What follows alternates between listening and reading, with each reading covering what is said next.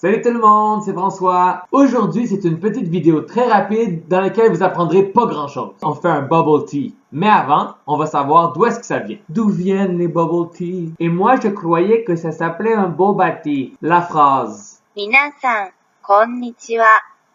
ne devrait pas faire partie de cette vidéo parce que contrairement à la croyance populaire, les bubble tea ne sont pas japonais. Il faudrait plutôt entendre 大家好。 Je suis tellement polyglotte.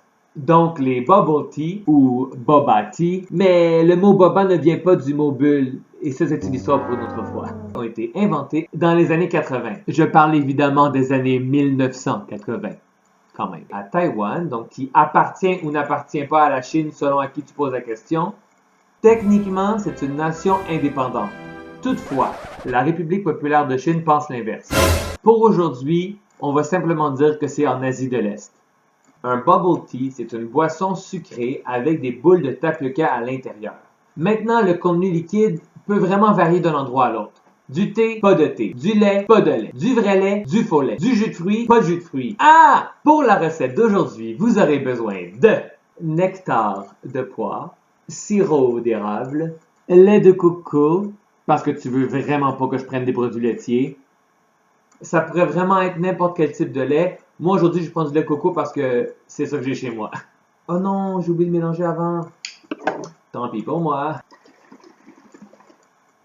Yahoo! Des perles de tapioca. Tu sais pas c'est quoi? Le tapioca, c'est un peu comme des jujubes, mais c'est fait à partir de farine de manioc, qui est une racine. Et des glaçons, mais je suis en train de les faire parce que je me suis rendu compte que j'avais oublié d'en faire avant de commencer la vidéo. Oupsie! Et évidemment, du thé. Personnellement, j'ai un faible pour le genmaicha. Pourquoi? Parce que c'est du thé vert avec du riz grillé. Et le riz grillé a une arôme qui rappelle les noisettes. Première étape, faire cuire les boules de tapioca. Pour bien les préparer, assurez-vous de bien suivre les instructions sur l'emballage. Heureusement que j'ai les instructions parce que sinon je ne saurais absolument pas comment faire parce qu'on dirait un cerveau. Une fois que le tapioca est cuit, on va mettre un peu de sirop d'érable juste pour pouvoir le rendre un peu plus sucré et aromatisé. Bien que ce thé soit délicieux, c'est l'heure du bubble tea. Première étape, une demi-tasse de thé. Deuxième étape, 2 cuillerées à table de lait de coco. On mélange bien, ça commence déjà à faire de la mousse. C'est l'heure de mettre une tasse de jus de votre choix. J'ai choisi le nectar de poire parce que c'est la meilleure chose au monde, mais si t'as aucun goût, tu peux décider de choisir, je sais pas moi, du jus de mangue. Quel bonheur! On mélange! C'est maintenant l'heure de mettre une tasse de glaçons ainsi que les tapioca. Comment boit-on les bubble tea avec des pailles? Erreur! Erreur! Danger! Danger! Non, on ne veut pas de paille parce que les pailles sont généralement en plastique. Surtout les grosses pailles, là, on les veut pas. Par chance, j'ai trouvé chez moi une gourde dont le goulot est exactement la taille des perles. Donc, pas besoin de paille. Si jamais vous avez une gourde dans laquelle il y a un petit compartiment pour mettre par exemple des glaçons ou des fruits là, pour aromatiser les eaux, vous pourrez mettre vos perles dedans, comme ça elles auront l'air de flotter. Après m'être battu pendant 10 minutes pour rentrer les glaçons, finalement, on ajoute les perles de tapioca. Prenons ces perles de tapioca qui ressemblent à des œufs d'extraterrestres.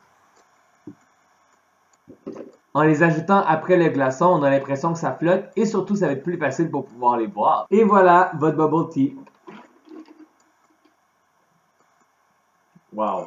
Officiellement ma boisson de l'été. Et si jamais vous avez trop de perles de tapioca, ça fera de beaux accessoires pour vous déguiser. En passant, ça se boit aussi très bien dans un verre. Et si jamais, comme moi, vous vous retrouvez avec une quantité astronomique de boules de tapioca, allez voir sur Google ce que vous pouvez faire. Et dites-le moi.